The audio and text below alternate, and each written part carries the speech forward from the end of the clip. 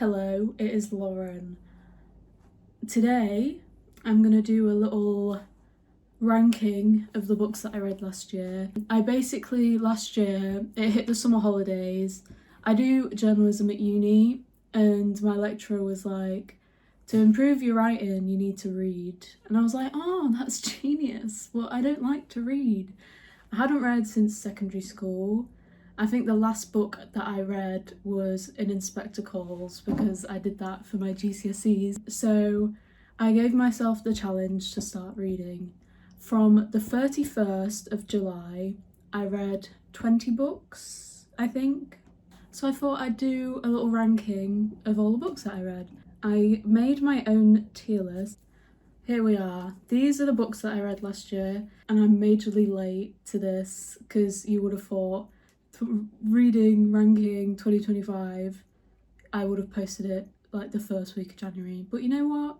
At least I'm doing it now. So what can I say? So the first book that I read was The Perks of Being a Wallflower. Now, I watch a lot of films. I really enjoy films, so I thought the best way for me to get into reading was to read books that have been adapted into films. So, The Perks of Being a Wallflower. I really enjoyed this book. I struggled a bit with the way that it was written because it's like written as letters to someone, which I'm not the biggest fan of that, but I did enjoy it. And it was a good first read. It didn't make me stop reading, so I'm going to put it in B. One Flew Over the Cuckoo's Nest. Now, this was probably the worst book I could have chosen to be my second book because it's quite hard. It's not necessarily a classic, but it's not a new book. It's quite an old book, but I like the film, and I'd say it's quite a loyal adaptation from the book to the film, which really helped because it's easier to kind of picture it in your brain. So this was in my top. I used Storygraph to track my reading, and this was in my favourites for a while. This was the first book in my favourites, but it isn't there anymore, so I'm going to put it in A. The Virgin Suicides. Now, again, it's like written from the perspective of the boys, which is like, I know everyone's main gripe with it, but I did enjoy it. I had an alright time reading it. I wouldn't necessarily pick it up again, but I don't know if I'd pick up many of these books that I've read again. The Virgin Suicide. I'm going to put it in B for now. Next, The Bell Jar. Now, The Bell Jar is a book about a fashion student doing an internship. I'm a fashion student. I was like, wow, this is going to be really relatable, I hope not. But I don't know. I didn't enjoy this. I know that like every girl on TikTok is like, if you're like a weird girl, you need to read The Bell Jar. I did not enjoy it. I wouldn't read it again. So I'm gonna put that in D. Bad Taste. Now, this was the first non-fiction book that I read. Again, this was recommended to me on TikTok. I'm not trusting their recommendations any longer. It's basically like a bunch of essays kind of compiled into specific chapters. So there's like fashion, food, that kind of thing. But yeah, the way that everyone spoke about this book online, I thought that it was gonna be like groundbreaking, but lots of the essays were just like basic ideas. I feel like they never really become fully fleshed out, but I feel like there's a lot of weird metaphors and references that don't really necessarily make sense, and I just didn't enjoy it. So I'm gonna put that in C. Eliza Clark, She's Always Hungry. This is a book covering different genres of hunger. So there's like greed, physical hunger, metaphorical hunger, and I really enjoyed it. It was the first time I'd read a book of short stories. I really enjoyed the writing style. This was in my favourites for a while, but it isn't anymore. I'm gonna put it in A.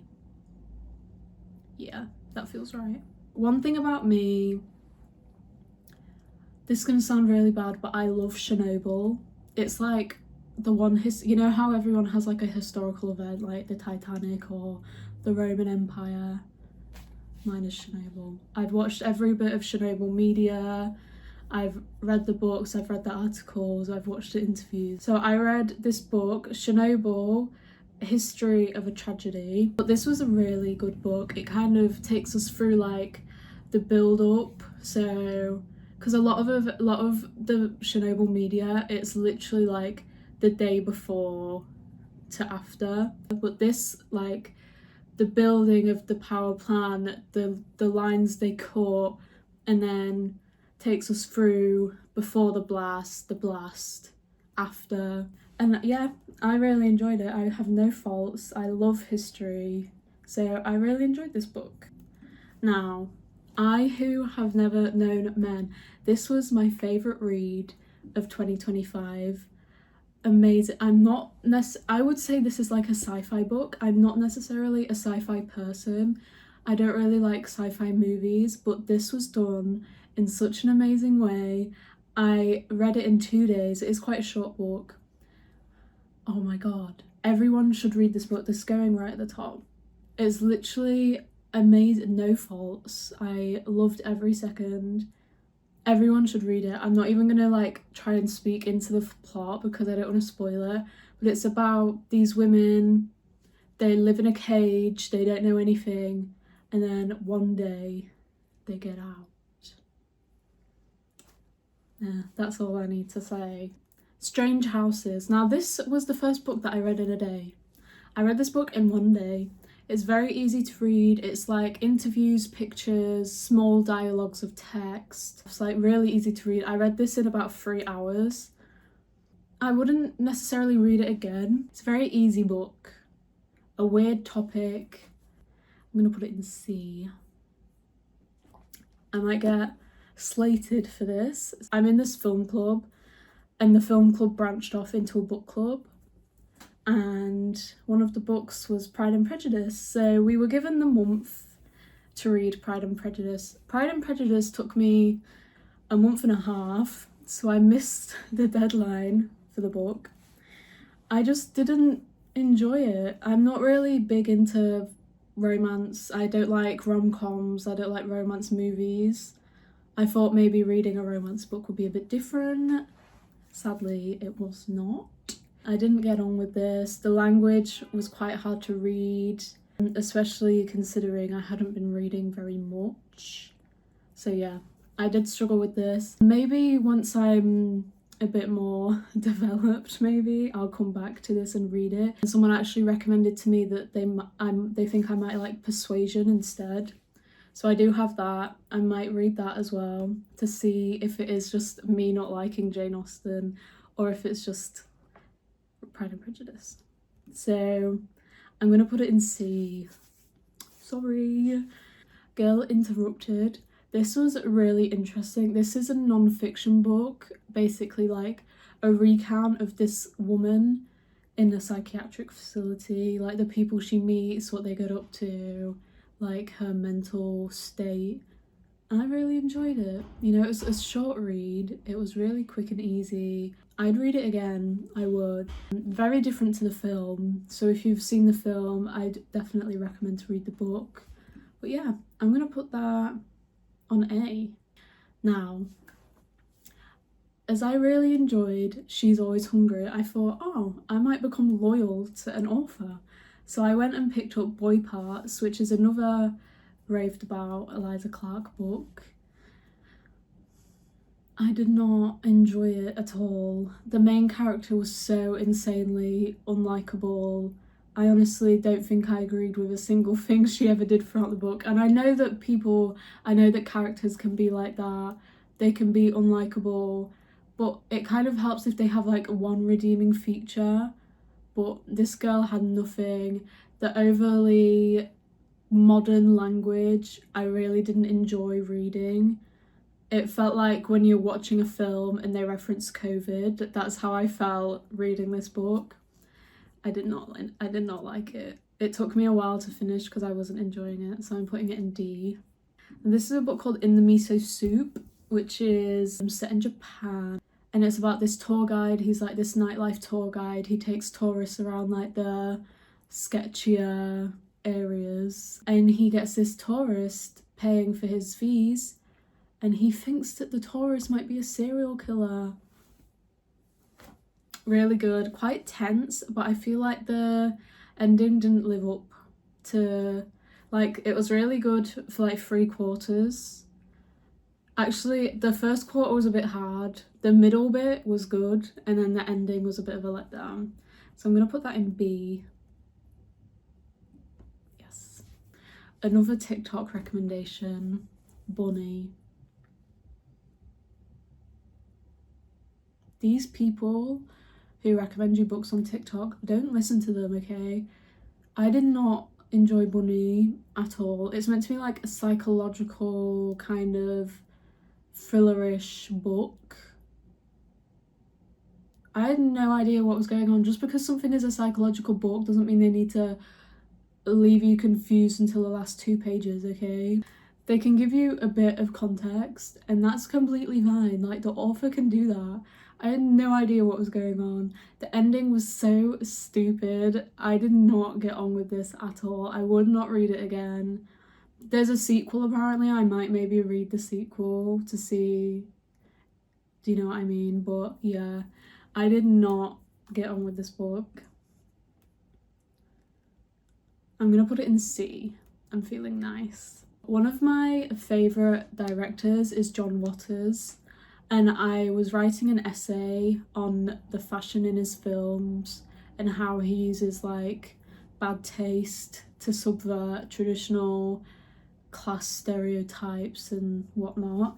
It's Female Trouble by Chris Holmond. Really great. Like, they interviewed the cast, like they talked to some people who were involved in his films, actors, background, makeup, whatnot. And they just basically talked about the whole making of the film and the release. And it was really interesting, and I used it a lot in referencing when I was writing my essay.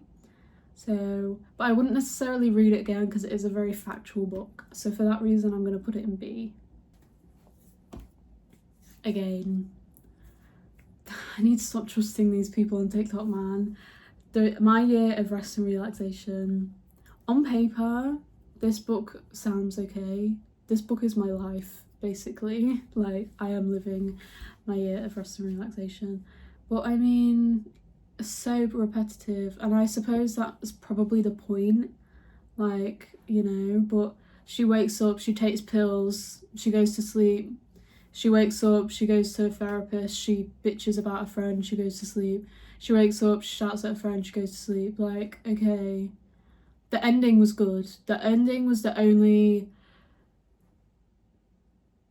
part that I enjoyed, basically. Like, once she'd actually finished her year of rest and relaxation, that was the bit that I wanted to read about. But again, the character wasn't really that likable. Yeah. So I'm gonna put it in C, but maybe like a high C, because the ending did carry a lot of that. Slow Days, Fast Company by Eve Babbitt. Now, my lecturer recommended that we read authors like Joan Didion, Eve Babbitt, to kind of get an idea of some writing styles that we might want to try out. So I found this one, and I did pick it up just because I like the cover. But this was a really interesting book. It's like a bunch of essays about like life in California. And yeah, I have no complaints. I enjoyed it. I'm gonna put it in A. So I'm quite into science. I did science at A-level. My science teacher did say that I'd be a good scientist. So I read Brief Answers to the Big Questions by Stephen Hawking, and this was really interesting. Like, I think everyone should read out of their knowledge base. Like, say if you do English as a subject, I think picking up some science books is really interesting. Because, you know, life is science. Like, we wouldn't be here without science. So this book answers like, what are black holes? Like, can we time travel? And it's just interesting. I think everyone should read it.